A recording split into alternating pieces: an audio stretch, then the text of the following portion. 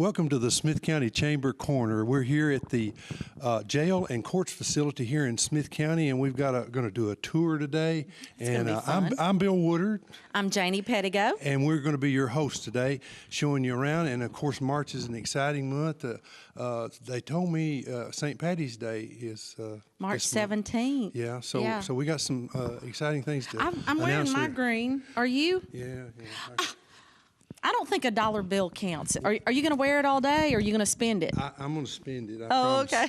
Anyway, we got an exciting program for you today. We're going to be talking with Judge John Wooten. We're going to be talking with Sheriff Steve Hopper, and several other people here in the facility. So we're really looking forward to that. But right now, Miss Ann Wagner is here with us, and I'm just going to pass the microphone off for her. And I think she's got some exciting things to tell us. So okay, so I'm going to just let Miss Ann come in here. Okay, Ann? Come on up, Ann. Hi. We have with us here today Ann Wagner, and she is a very dear friend of mine, and she's here for a very important purpose today. We're going to talk about CASA. So, Ann, what does CASA stand for? Okay, CASA is Court-Appointed Special Advocate. We are volunteers that are sworn in by a judge, and what we do is we are actually the voice of the child in court. We go into the homes, we monitor their living situations, we interview teachers or other care providers, and we just make sure that they're in a safe environment and that their needs are being met. Now, I want to mention this, and I'm sure you'll tell them as well. All of you do volunteer work. You don't get paid anything. I noticed one of the CASA workers told me the other day that she was going to head to Crossville to see her children that are in her care as her CASA work. And I thought, wow, she's spending her own gas. She does all this on her own time. But what a wonderful thing you're doing for these children. It's a passion that all of the CASAs who are volunteering have. There are presently 8 CASAs in Smith County, and we're getting ready to swear in 2 more, so we're excited about that. But we're always looking for new volunteers, and if you have a passion for children, if you care about their welfare, and you have some free time, please contact our coordinator, Chandra Kay. Her office is located at the Turner Annex. Turner Building, okay. As soon as you go in the door, you just see a smiling face at the end of the hallway. That would be her. They always need people that love children to get involved in this program, and Ann and several others I know are a part of it, and what a wonderful thing. Now, you've got something coming up that you wanted to share with our listening audience and watching audience, so what is that? I've got my green. Good for you, good for you. And it's not a dollar bill like some people we know. It's not. We are very excited because this is going to be our first and hopefully annual event. It's a fundraiser for the CASA program of Smith County. It is a craft fair. It's a Caring for Kids craft fair, which is the last Saturday of this month, March 29th. It will be at the Ag Center.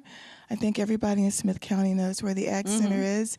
And so we are still looking for vendors, and we are expecting to have a really big crowd of people who want to come out and shop and find some really terrific and unique items for themselves, and also benefit this really terrific program. So if anyone out there likes to do crafts and they would like to sell their crafts, what is the fee that they would need to pay? It's $30 for a booth.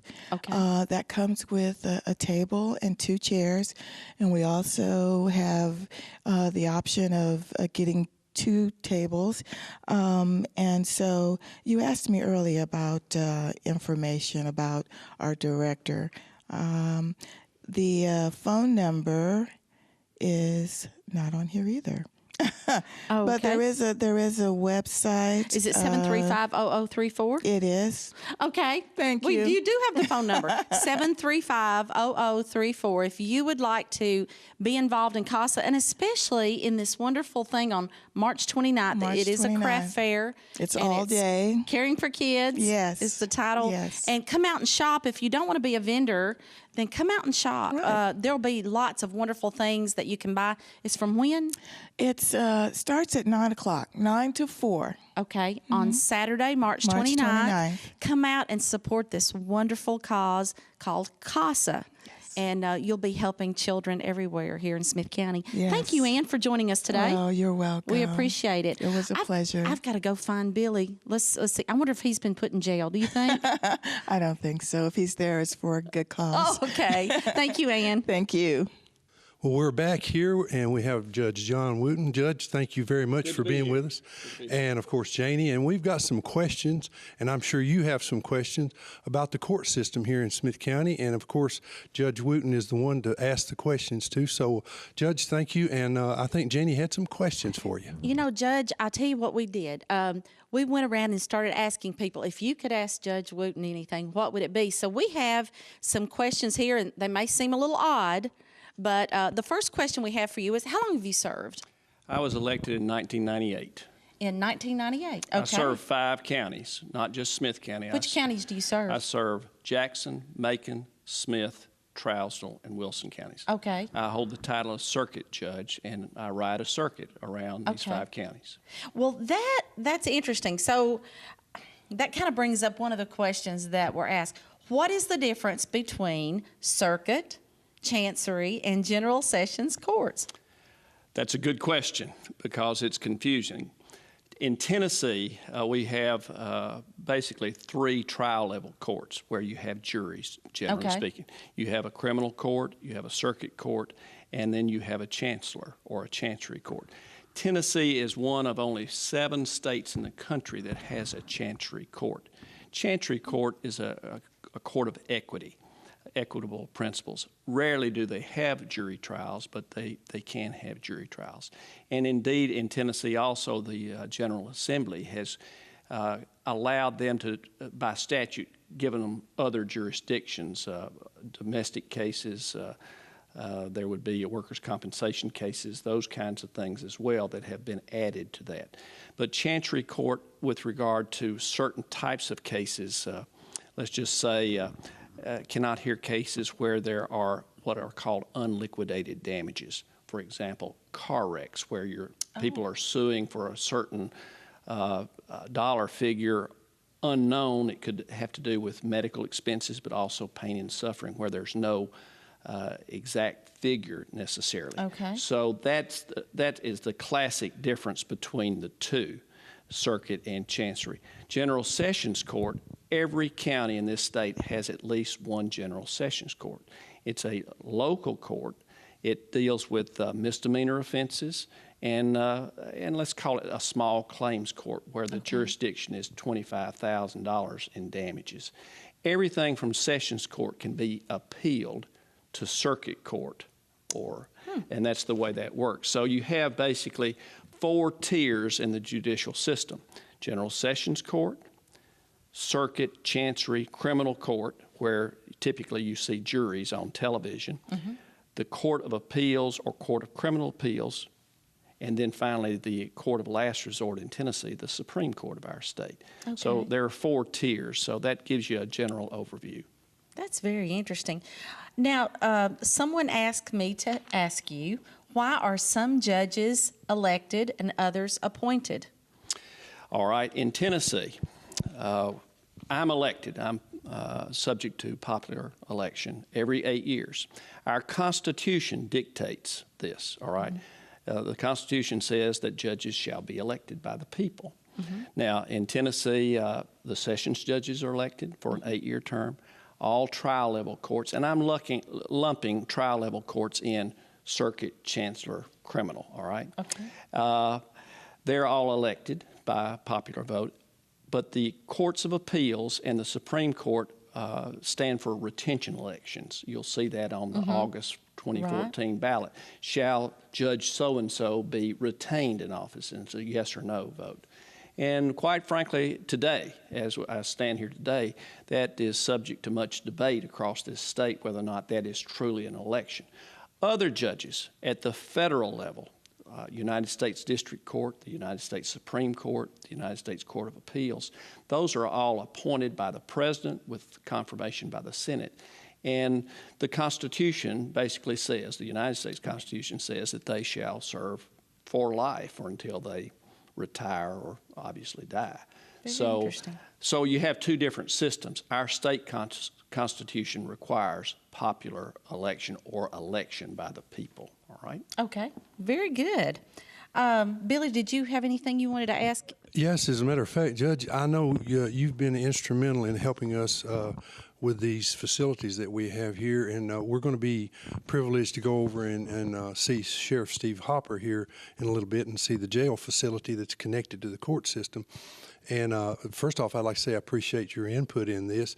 The jail facility that we have here is actually, I know the county court went and looked at Macon County and several other jails, and this is sort of the picking the best of the best out of it in the system. I guess my question is, I notice we have more than one courtroom here, and this one is the one that you generally stay in. Is that correct? That's correct. I could go into either one depending upon availability. I like this one best because I hear both criminal cases and civil cases, even though I hold the title circuit court judge. Judge Durham holds that label, criminal court judge. He and I share the criminal docket. The reason I like this courtroom is because to my right is the exit door, and that leads to a secure hallway, and that's where the holding cell is. And it makes it easier for the jail to bring in inmates into the courtroom outside that door. So that's the reason that Judge Durham and I prefer this particular courtroom. It's just, it's more convenient for us. But this facility is indeed, as you said, it has combined probably some past experiences, past mistakes in terms of design based upon the Macon County facility. And I was involved in that facility to a certain extent because I'm from Lafayette, and that's my hometown. And so I was involved in the early design of the courtrooms, what I viewed to be more important versus less important, even down to plugs and things like that for electrical outlets and that kind of thing. And then the same architects, engineers that designed the facility in Lafayette designed this facility. And so they're very close in terms of the layout, shall I say, the footprint of the facility.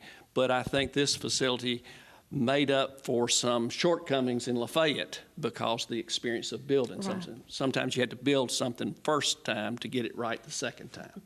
Well, now, I hope I'm not repeating a question here because I really was listening, honestly.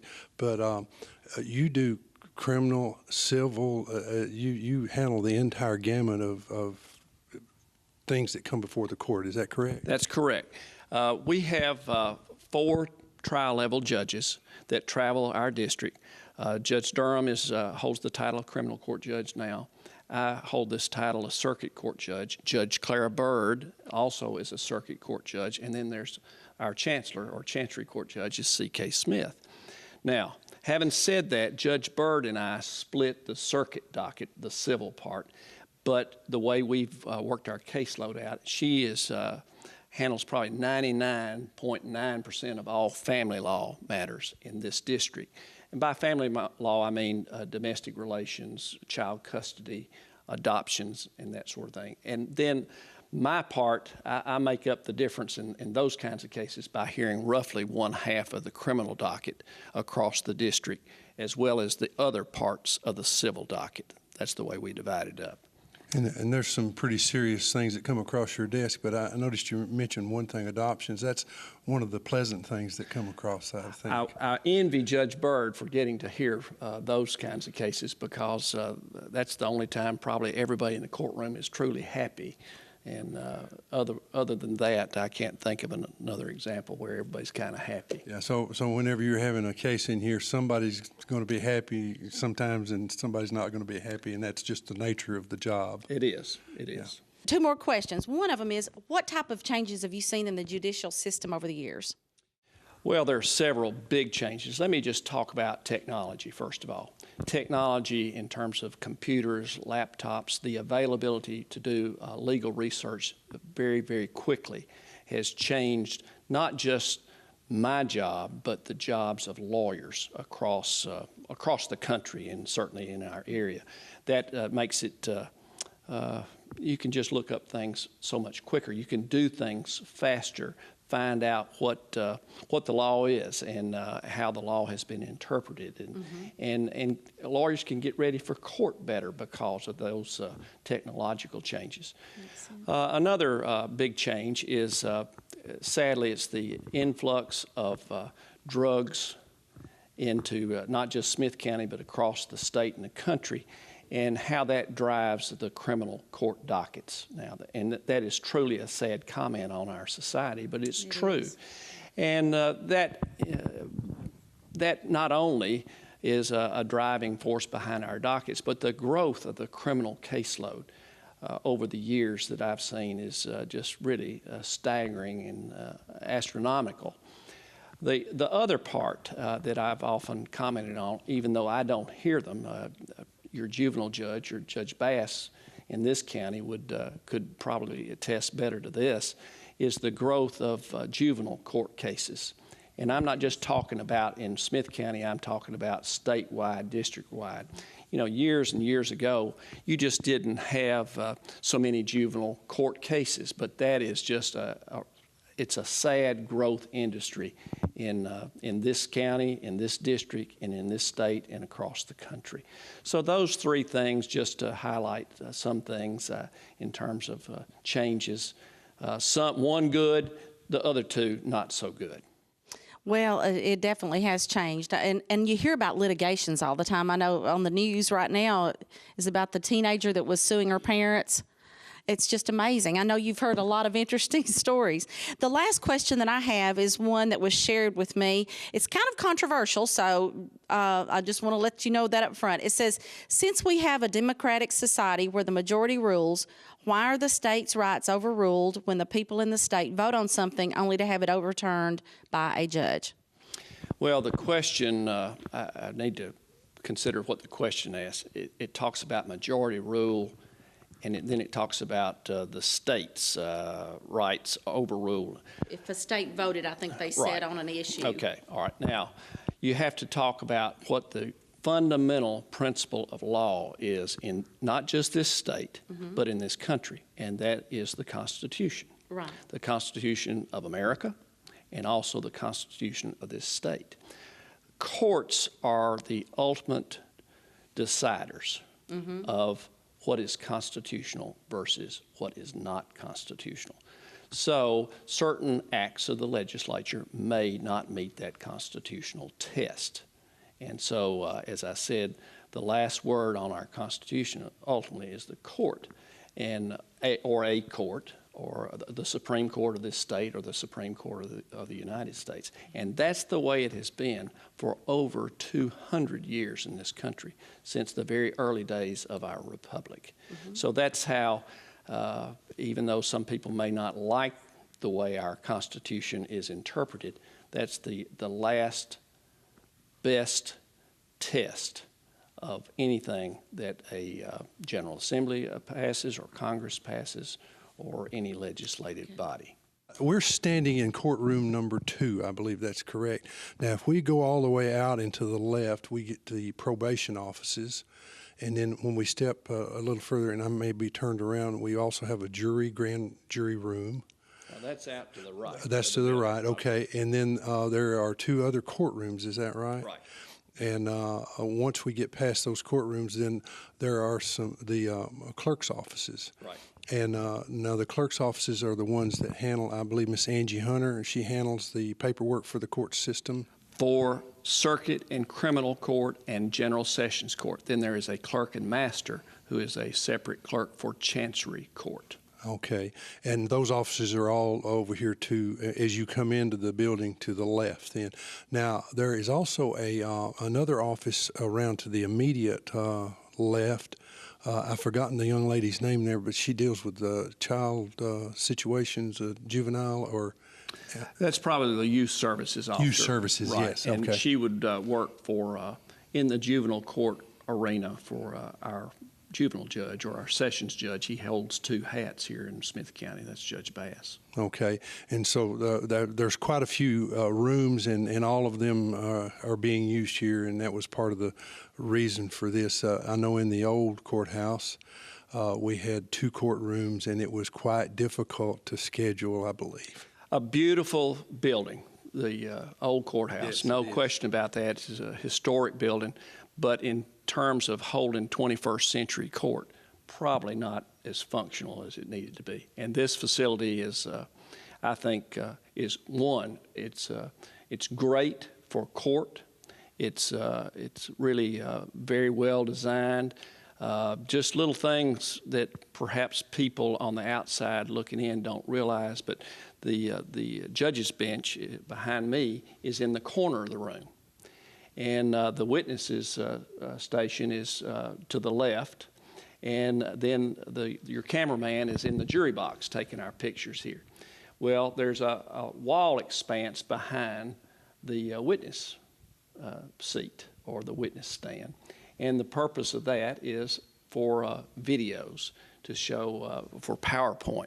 If you have exhibits that are flashed up, it's on the wall. It frees up wall space, what we call, lawyers and judges call, inside the bar for the people that work inside the bar, the litigants, the lawyers, and the jurors and the judge. So it's more user-friendly versus the old traditional way of putting the judge's bench, witness stand, clerk's station, and those kinds of things. Because typically you would see in these old courtrooms that all of that was centered in the room.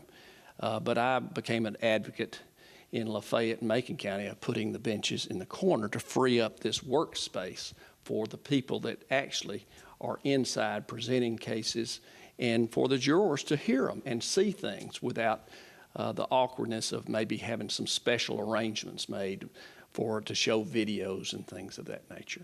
So I think it's a better design, and indeed, even though I know that some people think, well, we're overcrowded sometimes when people come into the courtroom.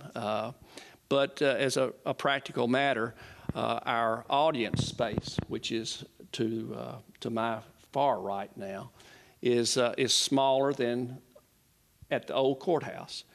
But as a practical matter, after about 30 to 45 minutes, maybe an hour, anyone that wants to come into the court facility and see what's going on in here can get in here after you kind of go through some preliminary matters and kind of clear out the courtroom. Courtrooms, I think, in terms of gallery or spectator space, they're not as well attended as they were 25, 30, or 40, or 50 years ago. So we focused, and the architects and engineers, on these 2 facilities, and I'm talking about the ones in Macon and Smith County particularly because they are very, very similar, focused on space inside the rail where the action is, and made it more user-friendly for those folks, including our jurors, and kind of shrunk down the spectator area. And I think it's a better design, even though sometimes we're a bit crowded in here until we kind of clear some things out. Well, for the most part, I've been in here a few times, and for the most part, you are not crowded. It's comfortable, and so I think it's put together quite well. Well, that's all I have, and we thank you again for being here. Thank you let me shake your hand again. Pleasure. Thank you for having me. Thank you very much. Enjoyed it very much. Thank you. Well, we're back here we're in Sheriff Hopper's office. Thank you for letting us come in here, Sheriff. Glad for y'all to be here. And listen, we're so glad that we have this opportunity to talk to you. And I just want to say, on behalf of UT Extension, how much we appreciate the way that you and your folks have handled the farm animal abuse cases. It has made our job so much easier. In fact, my secretary wanted me to be sure and let you know how much she appreciated it. We had a lot of folks calling and upset, but you all just handle it so quick, and we just want to thank you for the good work that you've done. The calls have really gone down a lot, I think, since you've been working so hard at this. So we want to thank you for that. Well, you're very welcome. Now, Thank you for saying that. Well, they have. And if someone suspects or has seen an animal abused, what should they do? What's the first thing they need to do? go over and do something with them about it, or? No, probably not the best idea. That's exactly right. Yeah. No, just call our office, and Okay. a dispatcher will we'll get somebody out and follow up on it, and let the deputy or detectives go out and see what they can find out about it, and get with the owners, and we'll follow up on it and go from there. And usually we involve y'all's office if we feel necessary, and get a different perspective, because some of our deputies are not cattle people or horse people or whatever, and y'all have the expertise to direct us on those issues.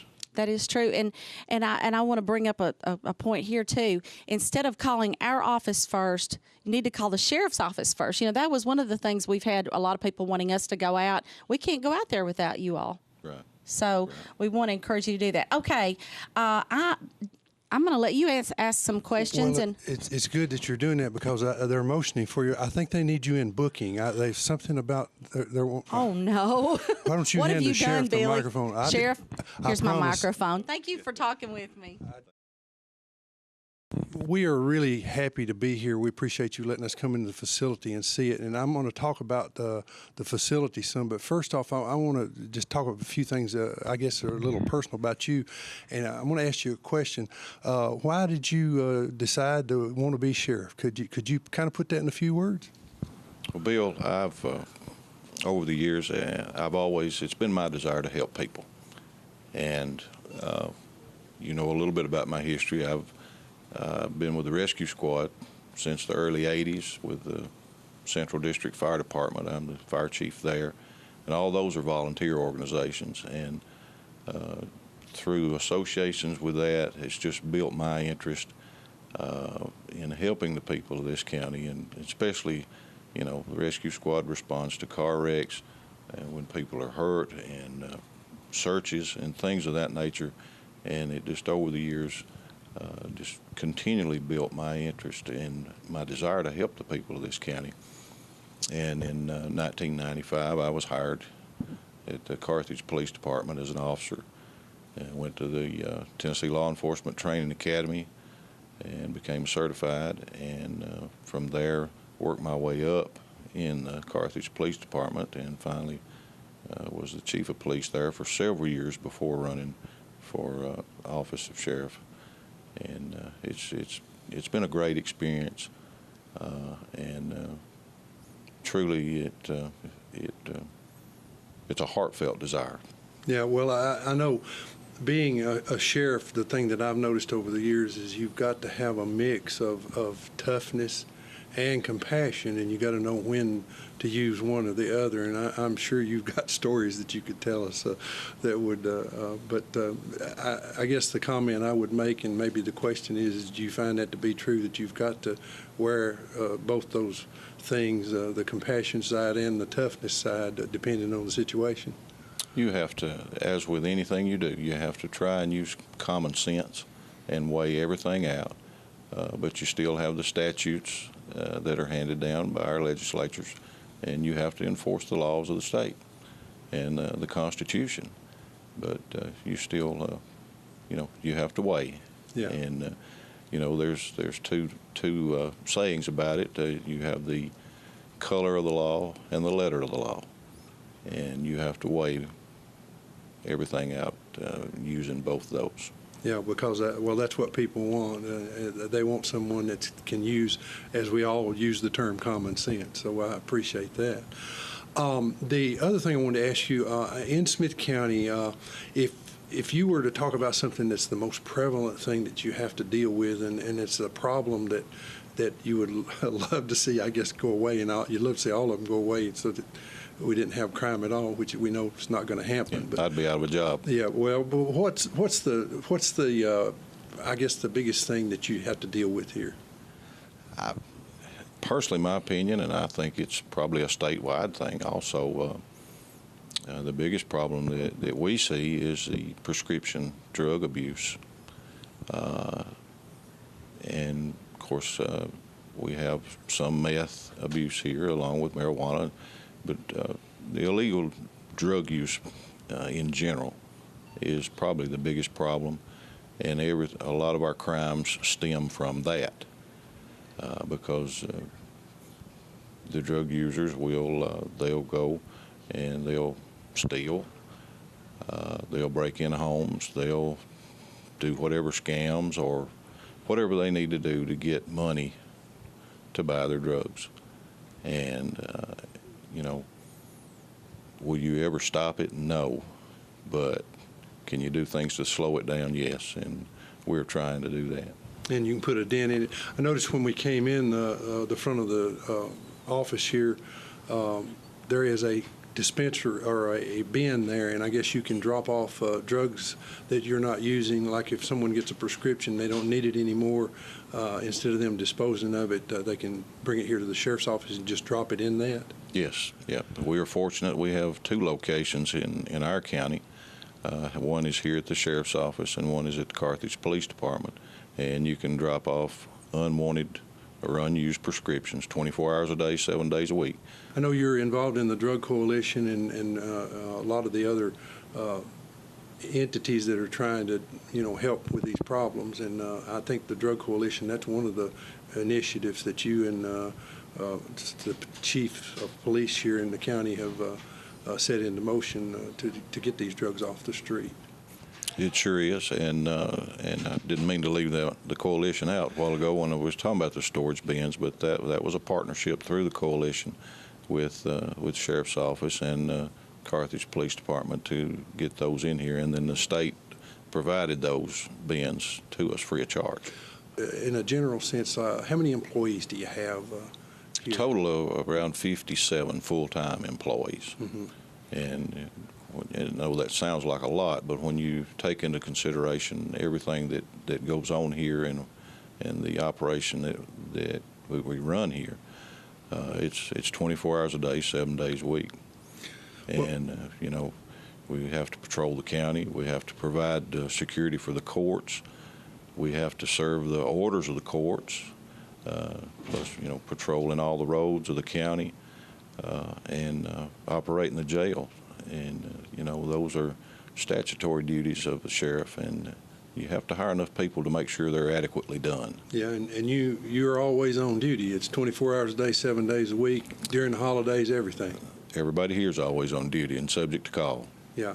Well, one thing I've noticed, I live in Lancaster, which is the far end of the county that way. Right. And, of course, you guys cover all the way to the far end of the county the other way up toward Defeated and Difficult and those areas.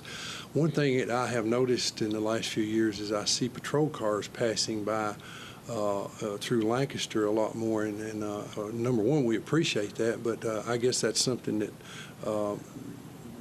I presume they seem to be passing more than they used to. I guess that's an initiative that you started.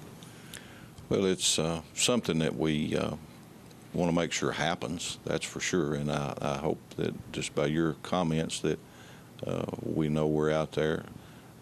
That was part of our initial, when I took office, that we wanted to make sure that our deputies are patrolling the rural areas.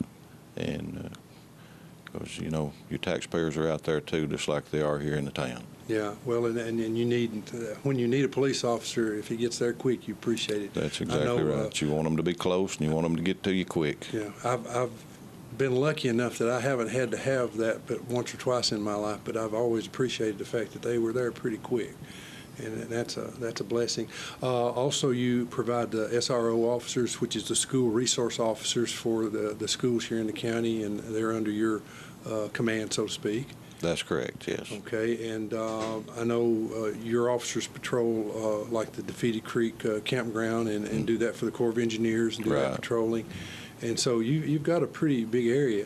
Now, talking about the facility itself here in the building, if we were to kind of take a mental tour of it, if you come in the front door of the jail facility, of course, you see the entryway there, and the ladies are there to direct you where you go. And then I think to the left, that's family visitation.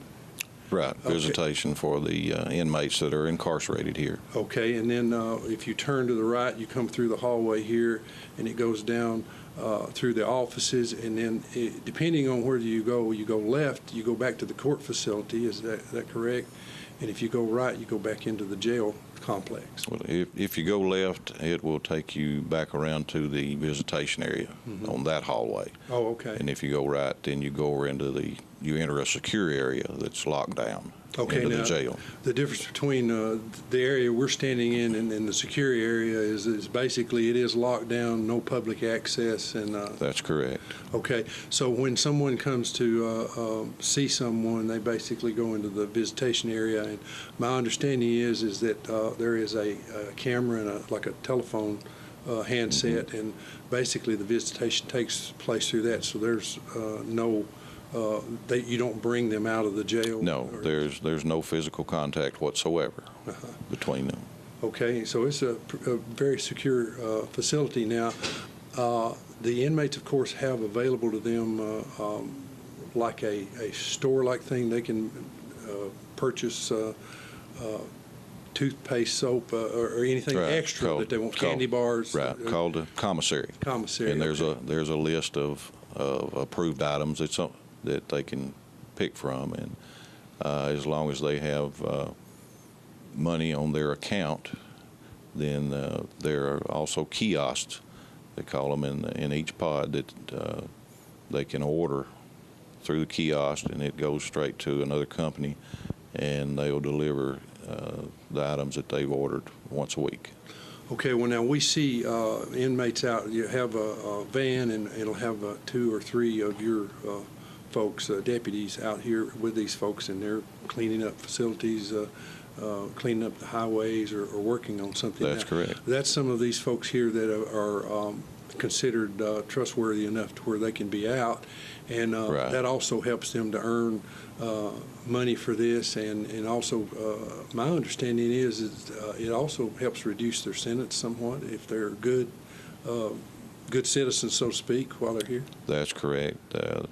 There's things in place back there that they have to, when they're first brought in, if they're going to be spending any time with us, any length of time at all, we have procedures that we go through, and they're put on strictly lockdown.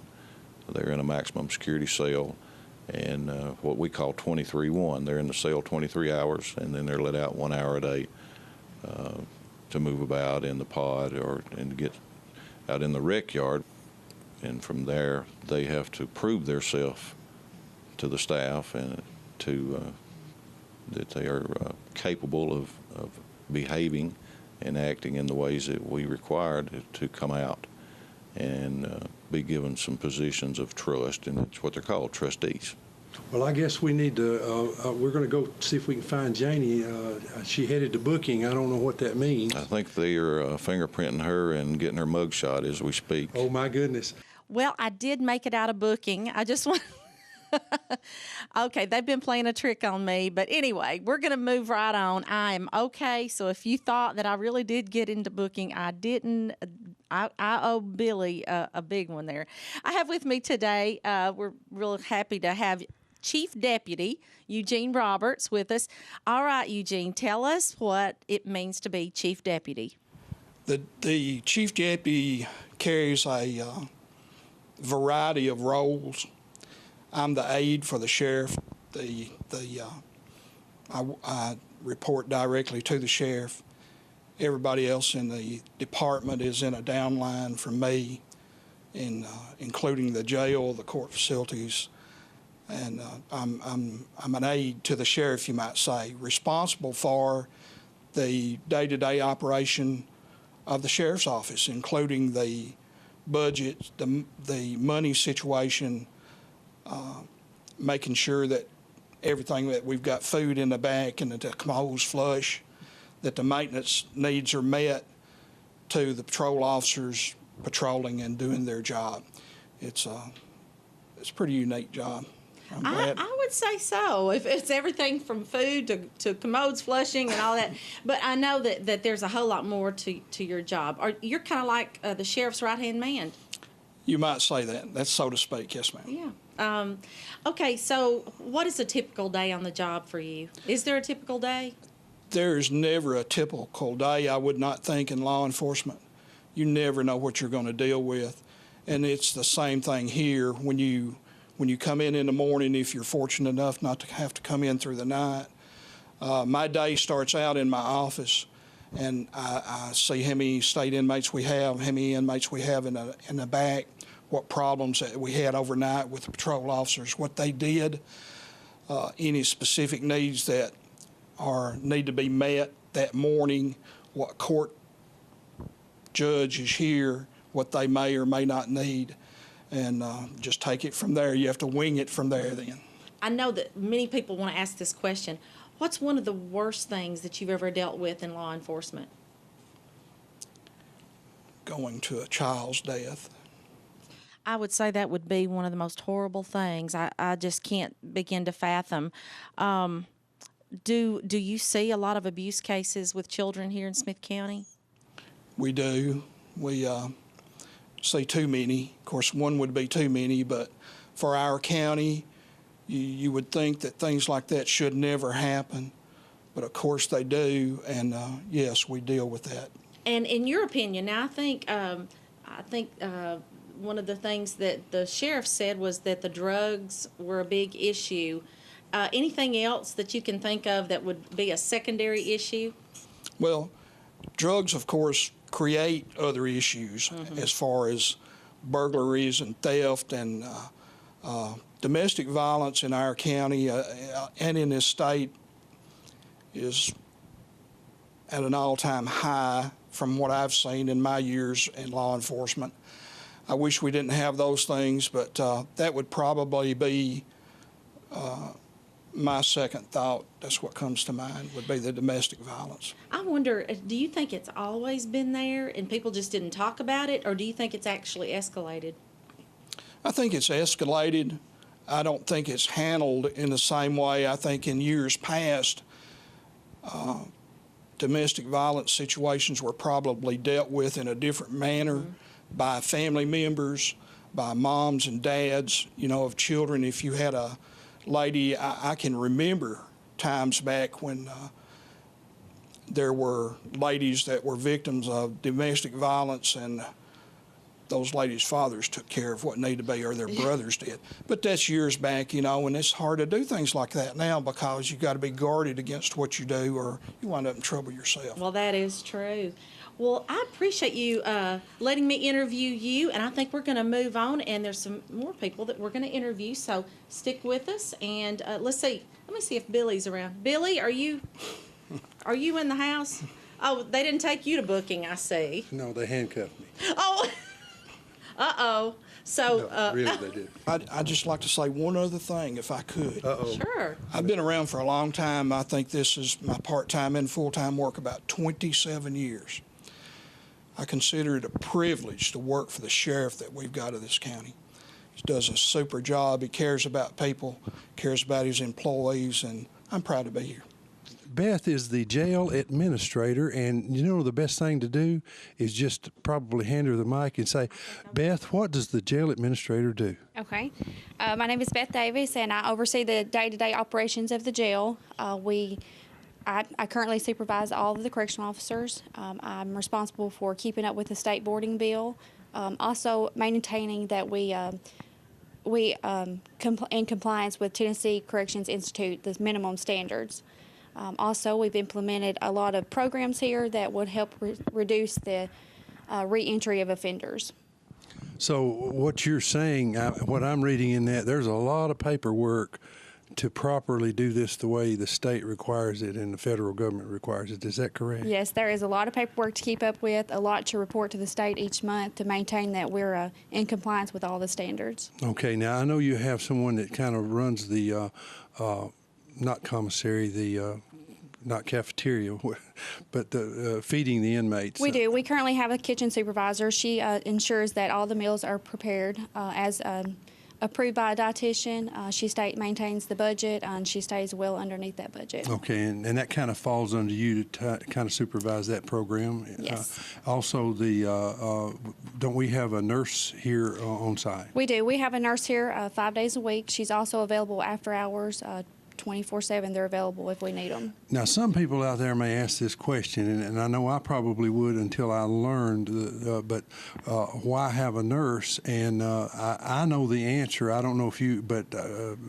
why have a nurse? Well, the nurse takes the liability off of us, off the correctional officer. So if we have a question, we can call her and she'll give us the answer, or she'll refer to the doctor, and it takes the liability off the officers. Well, and one thing that I've noticed about this jail facility since we've moved into the new facility and we have the nurse available, our medical bill that was hitting the county, it was several $100,000 prior to moving to here, and I know that has dropped tremendously since we've done this program. It's very rare that we have to send anybody off-site. They have had tremendous help keeping our costs down and keeping the inmates here in this facility. Okay, well, Beth, thank you very much. Thank you. Thank you. Appreciate it. Okay, we're going to ask, I think Mr. Randy Glover is going to come in here, and we're going to ask him a few questions. He is the Lieutenant of Corrections. Basically, tell us what you do in the facility here. Mainly, I help oversee the corrections, the inmates, and I help the Miss Beth with some of the day-to-day situations and stuff that go inside the jail. Also, I take care of all of the disciplinary actions as far as part of the inmates and things of sort, and I make sure all of the inmates and things, they get a hold of, or they actually get the correct court dates and things, and get to court on time on the correct date. Okay, so what you're telling me is that sometimes there's people in there that don't really want to do what they're supposed to do. Is that what you're saying? Well, they don't really want to be here sometimes. Well, but, I can understand that. This is one of the nicest jails I believe I've ever been in, and I wouldn't want to be in there. No, sir. No, sir. We take very pride in our facility, and we keep it very clean here. We make sure all of the I have inmates that actually earn credits working that help keep this place clean and as nice as we have it here. So. Yeah, well, that's one thing that I've noticed ever so often. The court has to come in and do an inspection, and every time that I've been here, even outside of the inspection, the floors have been clean. These folks are living in a clean facility, and that's good for them. It really is, because you have some folks in here that have some real issues and problems that they need help with, and that's one thing I didn't ask Beth, but you guys have programs that you try to help these folks to where they don't come back. Is that right? Yes, we have many programs here. We have a GED program where inmates can earn their GED while they're inside the facility. We also have programs of pre-release, help them be able to get ready whenever they go outside of here.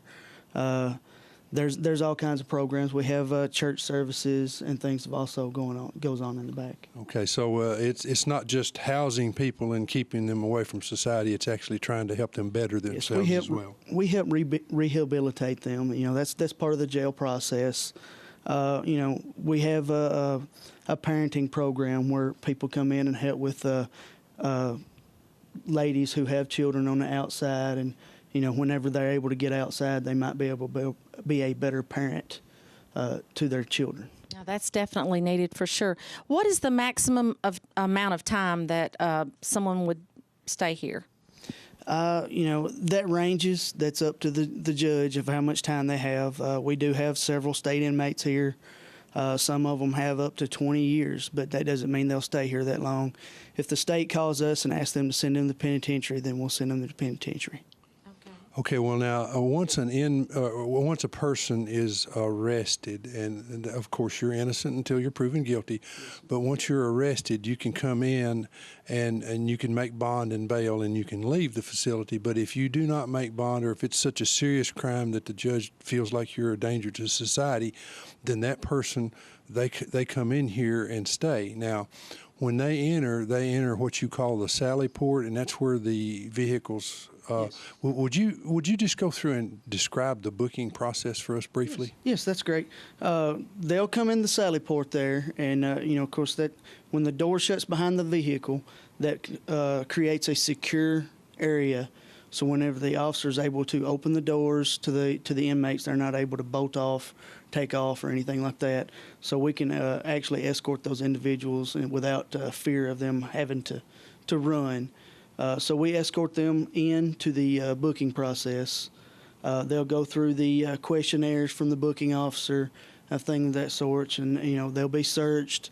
All of their property will be cataloged and searched, and then we'll get their charges. They'll be fingerprinted, and then we'll give them a chance to be able to bond out. Okay, now you have holding cells in that area, so they'll stay in that area for a while the process is going on. Then once they leave that process, say, for instance, they're one of those individuals that the judge has decided, well, they need to stay here. They don't need to go. What happens then?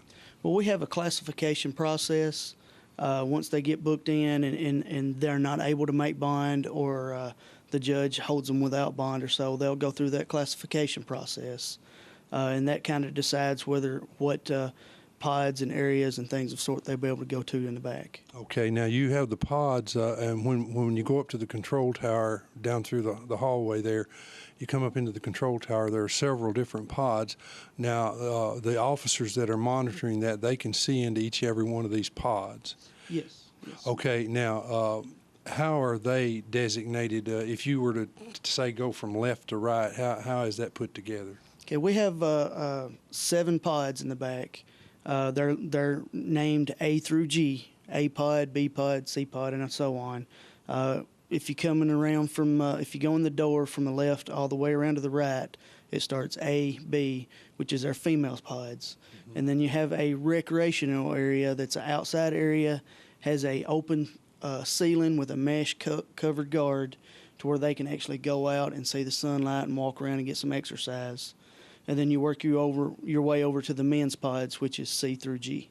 Okay, and inside each one of these pods, there's also some individual cells that you can put people into if they need that. Correct. That's really our classification area.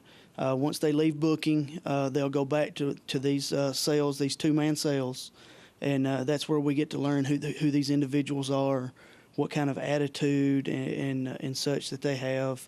And then, like I said, the computer process that goes through and puts them through their classification, that actually later on decides if they're able to go into the open pods. Okay, and so the watchword here, it sounds like to me, is you're keeping everybody as safe as possible, and you keep your population separated that don't need to be together. The sheriff mentioned that a visitation, the family room out here, it's an electronic setup, and that is in each one of the pods then, is that right? Yes, each one of those pods has a visitation screen and a camera where the family can come into the front up here and actually visit with them without taking those inmates out of the pod, and they can actually visit their family inside their pod without having to move them around. Okay. Well, Janie, do you have any other questions? No, I think you've covered it. Thank you so much for giving us this few minutes for us to interview you and learn more about the system here, how it works. I just wanted to say thanks to all of those who came to our chocolate extravaganza recently. That was great. It really was. It was held the day before Valentine's, and it was really great. We were able to raise in about 3 hours. We raised over $1,000 for the Relay for Life. So I want to thank all the FCE members who did all the baking. Golly, there was hundreds and hundreds of chocolate items. You tasted them. They were great, weren't they? There wasn't anything bad. I'm still trying to lose weight from all that. But anyway. Yeah, I know. You and I have this little bet I know. We've got on. this bet going, but we're not going to talk about that right now. Okay, so anyway, but we do want to thank all those who came out to buy. I know several of the factories sent their folks out to buy several boxes of these. They brought these big boxes and just filled them up with chocolate. So thank you for the role that you played in that. Also, I want to remind everybody that the Smith County Beautification Awards, not only the Beautification Award where you turn in a before and after picture of your property to show how it's been improved, not only is that due by May 1st, but also we have a new one this year. And it's called the Community Choice Award. And all that is really is if you have seen a property and you think, wow, that is really, really pretty, you can nominate that person or that business for the Community Choice Award. There's no before after picture, and we do have the forms on our Smith County Extension website. It's simply http://smith.tennessee.edu. And so, and once you get on there, you'll be able to navigate under family. You'll be able to navigate down to those forms. So, and you've got them at the chamber as well. Yes, we do. So they can stop by and pick those up. They are due May 1st. So you need to start thinking about it. I mean, I know it's March, but, you know, that's just around the corner. It flies. And there's a couple of things I wanted to mention, too. If you come by the chamber and you go into the community room, we've got a new projector up there, and the Galbraiths so graciously donated Susan that. and David. Yeah, and I really want to thank them for doing that. And the reason I wanted to also bring that up is that if you're out there and you have a function, a wedding, birthday, or anything like that, the community room is available to you. Also, we can rent the second floor and the entryway to the courthouse, the historic courthouse. And so you can use that for birthdays or weddings or any kind of a meeting like that. So we've got several good facilities. The museum also has a facility you can rent. And Yes, of course, they you can do. rent the Ag Center. So we've got a lot of good places here in the county that you can use for various functions. So I wanted to bring that up. There was another thing I wanted to also mention. We recently did a taping. We've started a thing called Inside Smith County. And what that is where we're taping some of the residents of Smith County and getting them to tell us about history and things that we have here in the county. Our first episode was with Mr. Walter Glenn Birdwell. I saw that. That was Yeah. great. And it's about the history of Citizens Bank. Mm-hmm. Now, what we have done, we actually have more footage of him, and we're going to get him to look that over, and we're probably going to release some more footage. And he told some very interesting stories about when he was a child here and back. Did any of you out there know that the World War II maneuvers were held here in Smith County? And he has some stories about that and things that went on. We're also going to interview some other folks, and I won't tell you who they are right now because some of them I haven't contacted them, but we're going to try to put some of the history of Smith County on video footage and make it available to folks. And that program is called Inside Smith County. And if you want to watch that, go to the Smith County Chamber of Commerce website, click on the annual events page, and it should click up over to the right. Yeah, on the right side. On the right side of Inside Smith County. If you go to some of the other sites, you'll have the Chamber Corner Pickup, which is the program that we're doing now. You can also go to YouTube and do a search for Inside Smith County Chamber of Commerce.